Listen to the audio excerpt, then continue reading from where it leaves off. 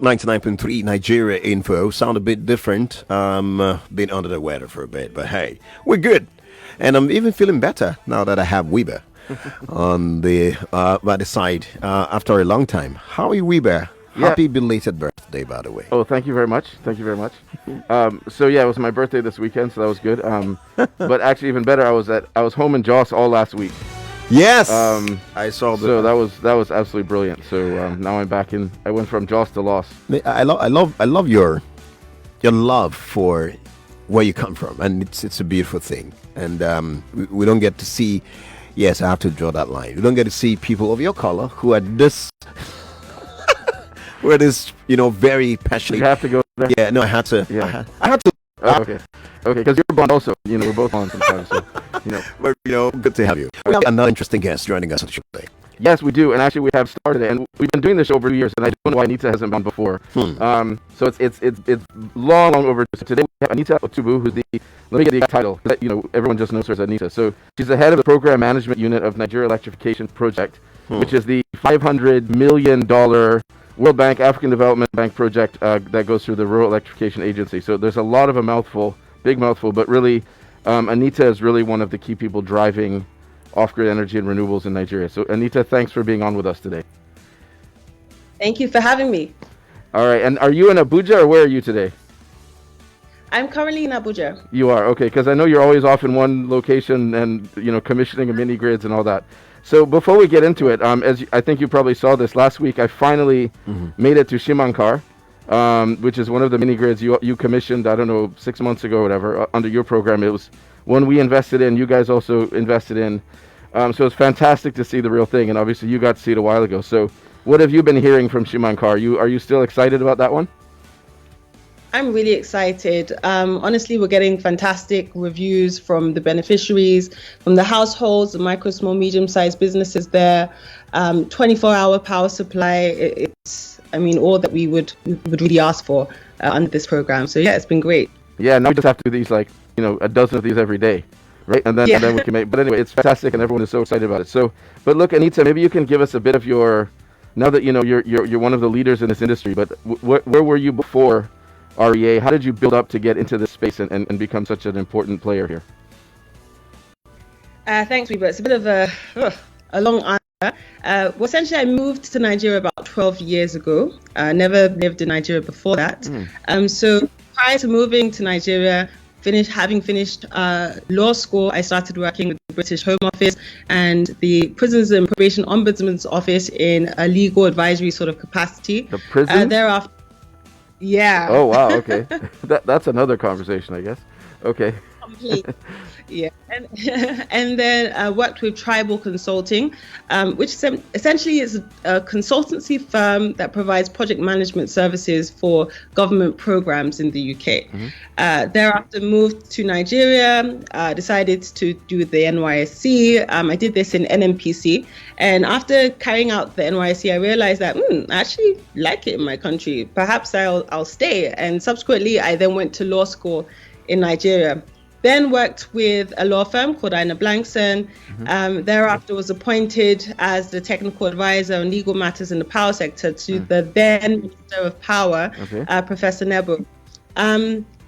I then had a short stint with the Transmission Company of Nigeria as an assistant general manager for about 4 or 5 months.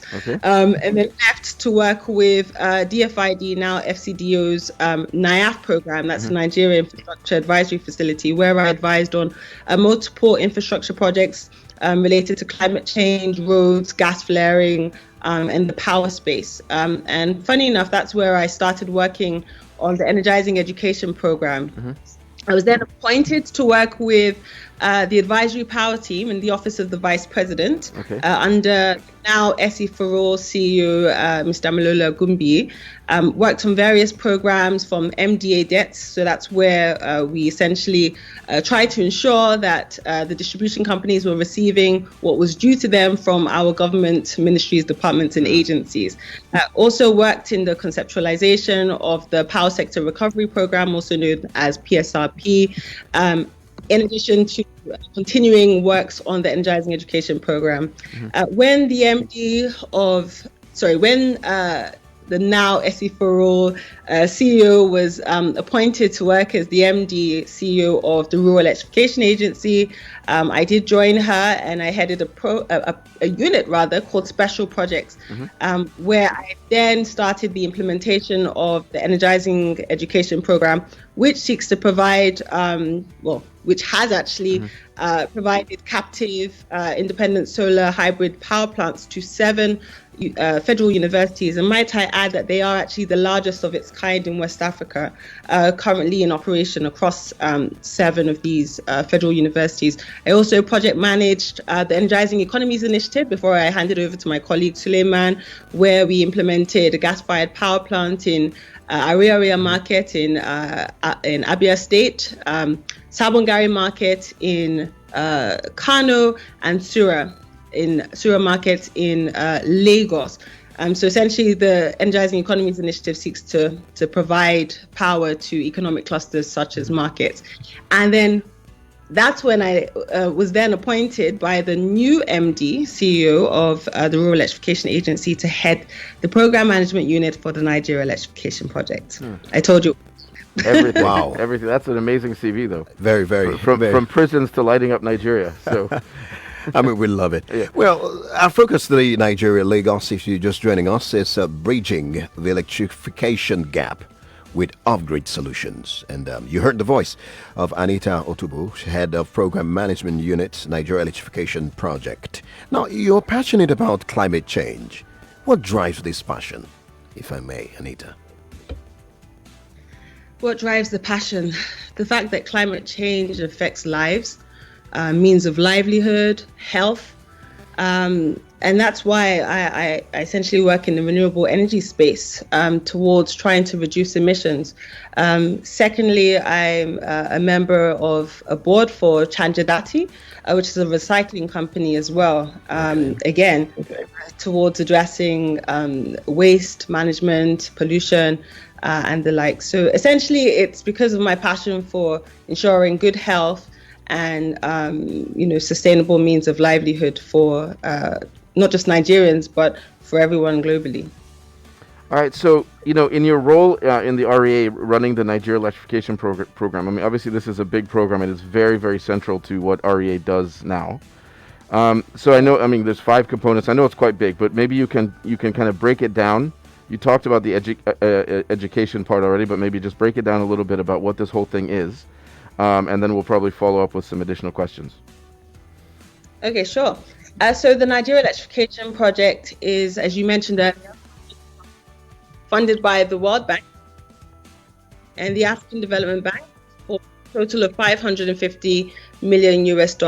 It's been implemented by the Rural Electrification Agency. And essentially, the objective is to ensure access to power in our underserved and unserved rural communities, including households, small, medium-sized businesses, as well as healthcare and educational institutions. It is private sector driven, and as a result, we provide subsidies as opposed to the entire project cost for the majority of the components under the Nigeria Electrification Project. And also, might I add that towards achieving this universal access to electrification, we are essentially trying to bridge this gap through the provision of mini-grids, solar home systems, captive independent power plants, and also to stimulate low demand and to make these mini-grid communities a bit more attractive and viable through the provision of productive use appliances.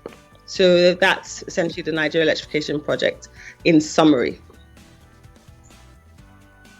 Well, interesting. But now, the funding secured from both the World Bank and the African Development Bank, that's the AFDB, how's it shared across the different components? And what is the impact of these funding so far? Okay, great question. So we have a total of 213,000. Let me just be absolutely sure. Ballpark is fine. 213 million US dollars for our mini grid components. Dollars. This is dollars. Don't be naira. Dollars. Okay. Thank you, Weber. Sorry. I'm writing it. $213 million US dollars for our solar hybrid mini grids component. So that's as funded by both the World Bank and the African Development Bank. And then we have 75 million US dollars for our solar home system, or our standalone solar home systems component, which is funded only by the World Bank. And then we have a total of 205 million US dollars, which has been put aside by both the World Bank and the African Development Bank for the Energizing Education Program phases 2 and phases 3. Fourthly, we have 20 million US dollars put aside for the productive use appliance component that I earlier spoke about. And then finally, for technical assistance, we have a total of 37 million US dollars. So hopefully, if you do the calculations, it should add up to 550 million US dollars. All right. I mean, I love that transparent breakdown of because it's very important. Yeah. So Anita, I mean, with overseeing all of this, I mean, what keeps you up at night? What keeps me up at night? Ensuring that we actually deliver on the objectives, on our targets. Electrifying over 2.5 million people, which roughly equates to about 500,000 households, right? Ensuring that we are able to stimulate the market, make it a bit more attractive and viable for private sector companies to come into the off-grid space to bridge this energy access deficit due to obviously financial constraints that we face on the government end, and also to help with providing that expertise, right? So we're able to achieve overall universal access to electrification. So that's what keeps me up at night, achieving these targets. Right, and it's so important because every household that's connected, obviously, it's a complete sort of socioeconomic transformation for that family, for their economic possibilities and opportunities. So, yeah, I think we all share that. It is something that it's. The goal is very big and ambitious, and it just takes time. But it's every day we have to push at it to make it happen. So thank you for doing that. Thank you for driving it. All right, Colin. Indeed. Yeah. So I mean, since 2017, when this project was conceptualized, how would you describe its overall impact on the renewable energy sector in Nigeria? So the overall impact, first of all. We have up to 100 and counting companies who have signed up to participate under the Nigeria Electrification Project to bridge this energy access gap.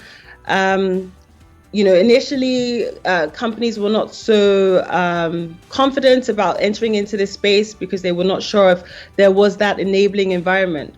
So this program, first of all, has shown that some of the regulations that we have, if not all of them, such as the mini grid regulations, that it actually works and has provided that enabling environment. And obviously with the provision of these funds through the federal government of Nigeria, again, that's, another way of showcasing that, look, we're open for business. We need you to come in and help us to bridge this gap. So it's essentially increased appetite, right? We've been able to also secure a lot of counterpart funding. I mean, we have the likes of Olon that are providing financing for these private sector companies. It has also sort of influenced the conceptualization of the Solar Power Nigeria program, where the federal government of Nigeria are providing low interest loans, to help our local companies actually in both upstream and downstream. So the manufacturing of these solar equipment, and also with the implementation, the construction and the deployment of these solutions as well. So the appetite, number one. Secondly, in terms of what we're able to achieve as a result of this Nigeria Electrification Project so far to date, under our mini grid component, we have recorded 3,828 connections. Wow. And we have about 52,424 actually in the pipeline as a result of the grant agreements that we've signed. So we hope to see that at least before the end of this year. Under our standalone solar home systems component of the NEP, I'm pleased to say that we have confirmed deployment of over 221 100,000 solar home systems. And might I add that our midterm target was actually just 100,000. Our midterm target was supposed to be reached as at June of this year, and we've already reached 221,000, which is 221,000, which is very close to the end term target, which is 300,000 households, including micro, small, medium-sized enterprises. Wow. So that's what we've achieved so far. We have a long way to go. We have 15 federal universities to also energize. We have 100 isolation and treatment centers to energize, 2 teaching hospitals, 400 primary healthcare centers. But so far, that's what we've been able to achieve so far under the Nigeria Electrification Project. Wow, that's impressive. Over 200,000 for solar home systems. So very impressive. So look, you mentioned there's about 100 companies that have registered and gone through the process. I mean, I know it's a very rigorous process actually to get in. So how, if a listener is someone is listening, and this is, we're speaking to mostly Lagos right now, but this is going to be broadcast around different stations in Nigeria. So the whole country will hear this. If someone is running a solar business, how do they get into your program? What are the steps they have to follow to get approved? Great question, because we need more companies. 100 isn't enough. You need more than 100. Wow. Okay. All right. More than 100. I mean, 180 million. Half of them are probably electrified. We need so much more support from the private sector to help bridge this gap. How do you get involved in the Nigeria Electrification Project? Firstly, to visit our website, nep.rea.gov.ng. That's nep.rea.gov.ng. All the information concerning the Nigeria Electrification Projects and the components thereunder are found there, and the requirements and the steps. Essentially, to go onto this website and identify the component that best suits your interests and your experience and capabilities.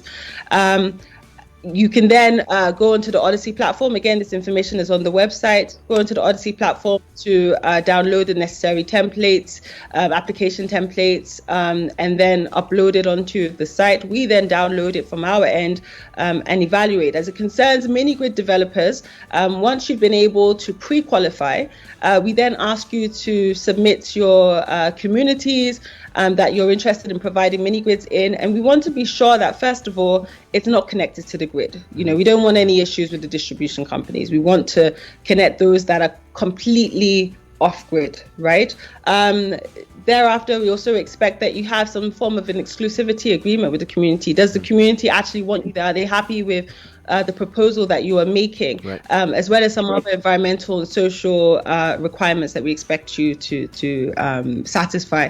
Thereafter, we enter into a grant agreement with those companies where we agree on the number of connections for those communities and how much we're going to pay. So with the mini grids, we pay the Naira equivalent of $350 per connection. And essentially, because it's performance-based, so it's a results-based financing facility, we pay 40% of the agreed amount at the point of commissioning these mini-grids, and the balance of 60% after 90 days of supply. You may ask, why after 90 days of supply? We have so many abandoned and substandard projects, let's be honest, right? So to ensure that we get value for money and to ensure that we have sustainable projects on ground, we have to at least be able to prove, or the companies have to prove, that these projects are actually in operation and they are fit for purpose. With the solar home system companies, we expect that the solar home systems meet a certain global standard. We then enter into a grant agreement with those companies where we agree, depending on the capacity of those solar home systems, the percentage of subsidy that we're going to give. We give up to 20%, again, dependent on the size of those systems. And then after deployment of these systems, we have an independent verification agent who will verify these claims of connections. And after we receive the report, recommendations are made for payment. And that's the same again, sorry, I forgot to mention with the mini-grid component. The IVA, the independent verification agent, also verifies these connections for us. Again, we want to be able to show that what people are claiming to have delivered, they've actually delivered in the fit for purpose. With the Energizing Education Program, however,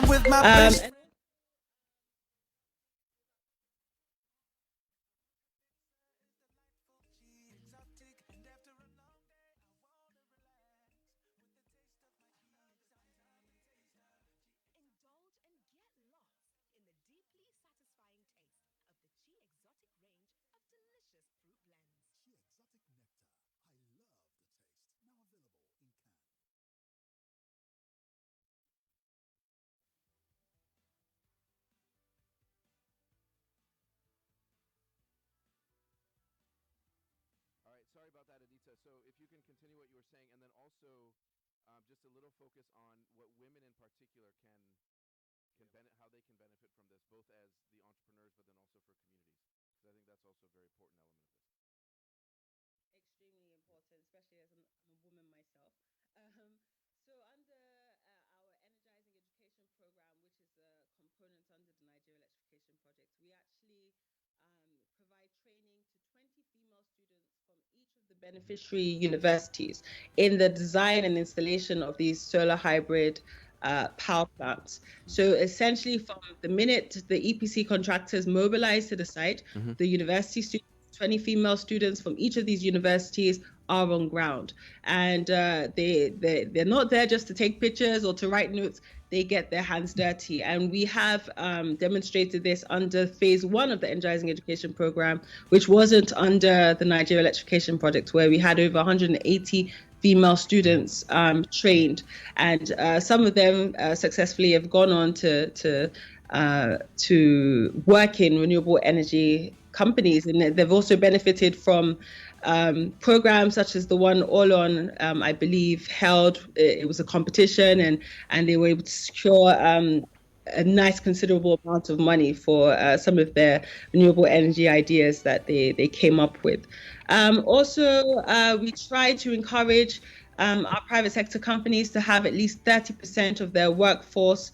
We try to ensure that 30% of their workforce are women before we do engage them to participate under the NEP. Well, I mean, it was safe to say that there are indeed a lot of opportunities for women to leverage on, especially those who are in the renewable energy space. And that's a good thing to say, because I know Weber is so passionate. Sometimes, I wonder if he has a male staff at all on, But I think he's practicing that well. And I think more people should do it, because women can do better. I believe so. Well, let's wrap up this conversation with your projections, right? What are your projections for the project in the next 2 years? Okay, next 2 years. So the project, funny enough, ends in 2023, in the next 2 years. Oh. And so I guess the projections are to ensure that we achieve the targets of the project, which is to electrify at least 2.5 million people, roughly 500,000 households, as well as 100 isolation and treatment centers, 400 primary healthcare centers, 2 teaching hospitals, as well as 15 federal universities. Hoping, that's the minimum, right? That's the minimum. Hopefully we can do a lot more than that, but just going by our objectives and looking at where we are so far, the status of implementation of the NEP, that's what I foresee in the next 2 years. All right, and one final thing. Okay. So since it does end in 2 years, you guys must already be planning for what happens after that, right? Because these cycles take a long time. So is there already a discussion on NEP2? Or is that still TBD? Yes, definitely. I mean, it really depends on the success of this phase, right? So if we're able to truly achieve those targets and perhaps beyond, I'm sure government and the banks, the IFIs, would be more than happy to provide more funding, right, to electrify more households. In addition, if we haven't been able to exhaust all of the funds available, I believe we will still push for additional time or years in order to ensure that we're able to disperse of all the funds, which should obviously ensure more connections and impact. All right, thank you very much. And for those just joining us, we are wrapping up the conversation. We're done with today's show. It's called Power Solutions, and we've looked at bridging the electrification gap with off-grid solutions. We spoke to Anita Otubu, who's the head Program Management Unit, Nigeria Electrification Project. That's NEP. Well done and good luck. In the next 2 years, we look forward to. There's a lot. Yeah. She talks about it in such a but it's major. And if they deliver honestly even half of what their target is, it's transformational. And even what they're doing is creating confidence for investors, for entrepreneurs to get into the space. So Anita, thank you for what you're doing. You're articulating it in such a calm way. I don't think anyone really realizes how much is on your head, and even the future of Nigeria's energy space is on your head. So thank you for what you're doing. It's good you came back 12 years ago. You're making such a difference in Nigeria, and we appreciate that. Thank you. Oh, well, that's it for the show today. And well, I love your smile, Anita, by the way. And Weaver, that's any final word, Anita? No, just to really thank you for this opportunity to be able to speak about the Nigeria Electrification Project. A lot of people don't know, about the program. They're not really aware of the federal government of Nigeria's efforts. So thank you so much for this platform. I really appreciate it. All right. Have a great week. Well, that's it, guys. Next week, we'd have a bumper package on the show. We have something new to introduce next week on the show. You don't want to miss it. Nigerians, everyone should be a part of Power Solutions next week. All right, sounds good. I'm excited too because I'm actually not sure what you're talking about, but we'll be there. Absolutely. All right. Okay. All right. Great. Guys. All right. Thanks, Anita. From dusk till dawn, 99.3 Nigeria Info. We are more than just radio. Subscribe to our YouTube channel at Nigeria Info FM. Check us out on Facebook at Nigeria Info 99.3. Follow us on Twitter at Nigeria Info FM and on Instagram at Nigeria Info FM Lagos for live updates as it happens. 99.3 Nigeria Info. Let's talk.